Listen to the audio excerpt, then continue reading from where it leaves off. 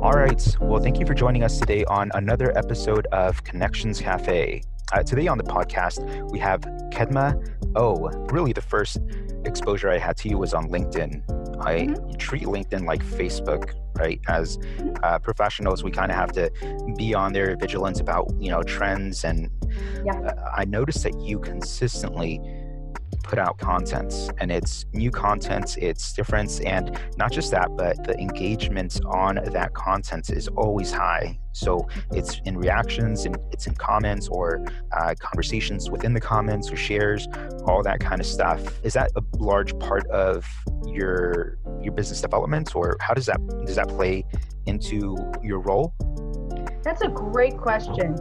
I think it is part of who I am as a person, and that I don't have a fear in showing up as who I am, but I come from a place of kindness. So for example, today's engagement was a very simple post, but just in what I choose. So words are so powerful. My language of love, if you follow this great book, The 5 Languages of Love, is words of affirmation. And I feel that so many times we use different platforms and we're not careful on the actual language we're choosing. And I want you to imagine that language is a radio frequency. And depending on the words you choose and how you formulate that is going to drive who wants to listen to you. So when I make a choice to post, I'm very sensitive to that.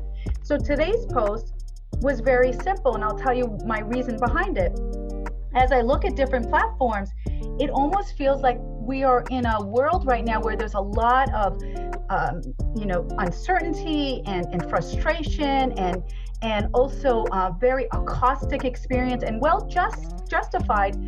I came from a different perspective, and I wrote on my post, a flower doesn't compete with the next flower, it just blooms. And then I wrote, your true competition is the next best version of yourself. What will it take for you to reach that goal?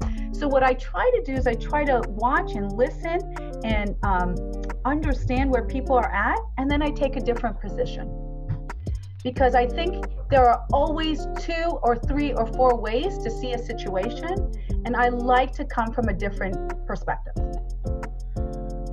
How did you come up with that? That's very unique, first of all, and that's also very thoughtful. I don't think, or maybe not thoughtful, but mindful, right? I don't think a lot of people, especially not myself, I should say, really put a whole lot of thought into the tone of my posts. Obviously, it's working out really well, but how did you arrive to this formula? Yeah. Well, when I tell you how simple it is, you're going to say, I don't believe you. Like, oh my God, it's so simple. Really, how I came about is I am really in tune with the child within me. If I am not doing, business coaching and metrics, I'm usually in the space of what I call my 7-year-old child. And when you think about young kids, 5 and 6 and 7, they're not afraid of being who they want to be. It's the humans at the adult level who challenge it, right? So the 7-year-old that says, when I grow up, I want to be an astronaut. The parent's like, well, honey, that's not really realistic right now. And so I come from a perspective of, what if we were all playing in this sandbox and we were all at this playful age? How would I show up in the world then?